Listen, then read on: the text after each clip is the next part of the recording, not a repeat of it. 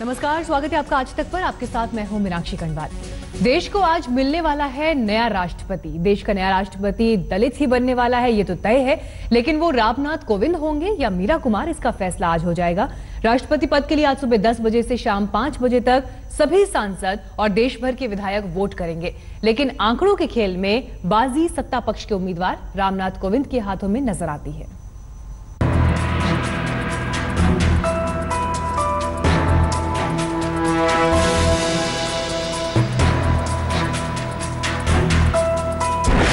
रायसीना की रेस, राष्ट्रपति के लिए रण, दलित बनाम दलित की टक्कर, मोदी को मात दे पाएगा विपक्ष,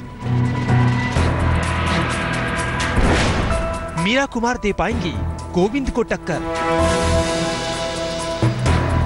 कोविंद का चुना जाना तय।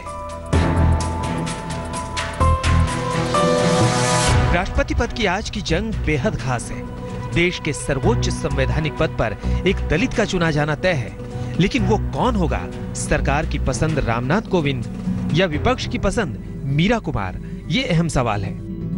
राष्ट्रपति चुनाव से ऐन पहले तक सत्ता पक्ष और विपक्ष की रणनीतियां चलती रही।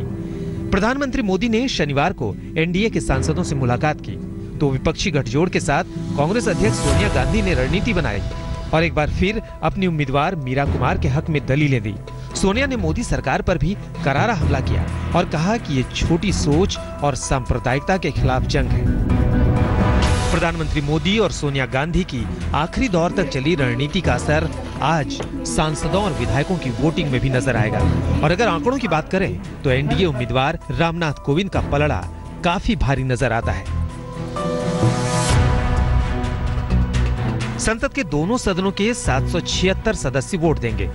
लोकसभा में 543 सदस्य, राज्यसभा में 233 सदस्य हैं। देश की सभी विधानसभाओं के 4120 सदस्य भी वोट देंगे। सांसद के एक वोट की कीमत 708। सांसदों के कुल वोट की कीमत 5,49,408। विधायक के वोट की कीमत राज्य की जनसंख्या से तय होती है। यूपी में एक विधायक के वोट की कीमत 208, सिक्किम में एक विधायक के वोट की कीमत 7, सभी राज्यों से एक विधायक के औसत वोट की कीमत 133।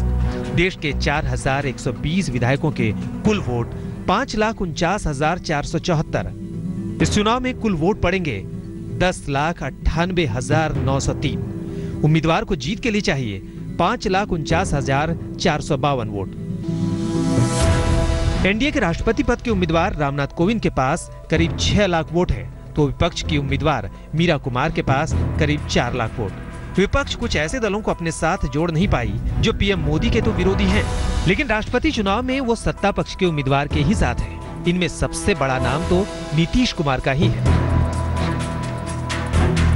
एनडीए प्रत्याशी के समर्थन में दूसरे दल हैं जेडीयू, बीजेडी, टीआरएस, एआईएडीएमके और वाईएसआर। संसद भवन के कमरा नंबर 62 में आज सुबह 10 बजे से शाम 5 बजे तक राष्ट्रपति चुनाव के लिए वोटिंग चलेगी। इस दौरान देश की तमाम विधानसभाओं में भी वोटिंग होगी। यूं तो इस चुनाव में मोदी और सोनिया दो धुर विरोधी खेमे हैं, लेकिन दिलचस्प है कि आज दोनों की वोटिंग एक ही टेबल पर है। प्रधानमंत्री मोदी और सोनिया गांधी के साथ राहुल गांधी भी संसद भवन के कमरा नंबर 62 की टेबल नंबर 6 पर वोट डालेंगे। वोटिंग के लिए चुनाव आयोग ने एक खास रंग वाले पेन का इंतजाम किया है। वोटिंग के लिए हरे और गुलाबी रंग के मतपत्र हैं। हरे रंग का मतपत्र सांसदों के लिए है और गुलाबी रंग का विधायकों के लिए। वोट के लिए अपने पसंद के उम्मीदवार के आगे बने बॉक्स में अंक में 1 लिखना है। इसके सिवा कुछ भी लिखा तो वोट रद्द माना जाएगा। राष्ट्रपति चुनाव की जंग में जीत को लेकर पीएम मोदी और बीजेपी पूरी तरह आश्वस्त है। विपक्ष को एक बड़े मोर्चे पर मात देने का सरकार के पास ये एक बड़ा मौका है। लेकिन सियासी नफे नुकसान से दूर अगर एनडीए उम्मीदवार का आकलन करें तो अगर रामनाथ कोविंद राष्ट्रपति बनते हैं तो रायसीना हिल्स पहुंचने वाले वो दूसरे दलित राष्ट्रपति बन जाएंगे। उत्तर प्रदेश के कानपुर देहात के एक साधारण परिवार से ताल्लुक रखने वाले कोविंद कानून और संविधान के अच्छे जानकार हैं और शायद इसीलिए मोदी ने कोविंद के नाम पर लगाया है दांव, जिसका अंजाम आज तय हो जाएगा। दिल्ली से हिमांशु मिश्रा के साथ आज तक ब्यूरो।